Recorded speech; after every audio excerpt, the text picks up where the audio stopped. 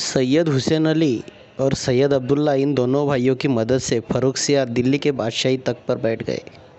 पर फ़र्रुखसियार को हमेशा ही इन दोनों सैयद बंधुओं का भाइयों का डर लगा रहता था। इसीलिए सैयद हुसैन अली को उन्होंने वज़ीर घोषित करके दक्खन की ओर भेज दिया। दक्खन की ओर भेजने के बाद उन्होंने मराठों को पत्र लिखा, कहा कि वे सैयद हुसैन अली को मार दे। पर जैसी ये खबर शंकराजीराव मल्हार को पता चली, जो सैयद हुसैन अली के बहुत ही करीबी थे, उसने मराठों को पत्र लिखकर कहा कि वे सैयद हुसैन अली को ना मारे।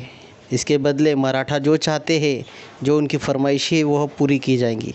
मराठाओं की 4 फरमाइशें थी। पहली, मुग़लों के कैद में जितने मराठा सरदार या लोग होंगे उन्हें छोड़ा जाए। दूसरी, शाहू महाराज को सरदेशमुखी मिले। तीसरी, कि स्वराज को मान्यता मिले। और चौथी थी, मुग़लों के भाग से हमें चौथाई मिलती रहे। बादशाह फ़र्रुखसियार ने सारी के सारी फरमाइशों को नकार दिया। गुस्से में आकर हुसैन अली ने बालाजी विश्वनाथ जो पेशवे थे उनसे कहा कि आप मुझे कुछ सेना दीजिए, मैं दिल्ली जाकर दिल्ली के तख्त के बादशाह को निकाल कर फेंक देता हूँ।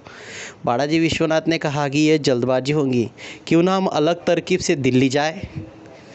तो वह तरकीब ऐसी थी कि औरंगज़ेब का जो पोता था, जिसका नाम हुई मुई मुल्क था, उनकी मौत पूना में हो चुकी थी। उन्होंने नकली पोते को हाथी पर बिठाया और वो दिल्ली की ओर निकल पड़े।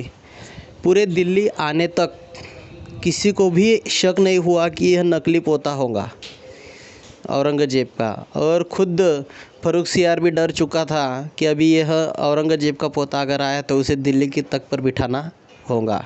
वे दिल्ली पहुंच गए और उसी दिन उनकी फ़र्रुखसियार की और सबकी मुलाकात हुई। और हुसैन अली ने फ़र्रुखसियार से कहा कि मराठों के जितने सैनिक या फिर सरदार या लोग, उन्हें वो जल्द से जल्द छोड़ दिया। फ़र्रुखसियार ने उसे मनाही कर दी। फिर दूसरे ही दिन हुसैन अली उन्हें एकांत में मिलने जाते हैं और फ़र्रुखसियार को घसीटते हुए, अपने गद्दी से घसीटते हुए नीचे लाकर उनकी आंखें निकाल लेते हैं। दूसरे ही दिन दूसरा बादशाह बैठाकर सारे मराठा सरदार और चारों के चारों छोड़कर उनकी जितनी फरमाइशी थी उन्हें पूरा कर दी जाती है।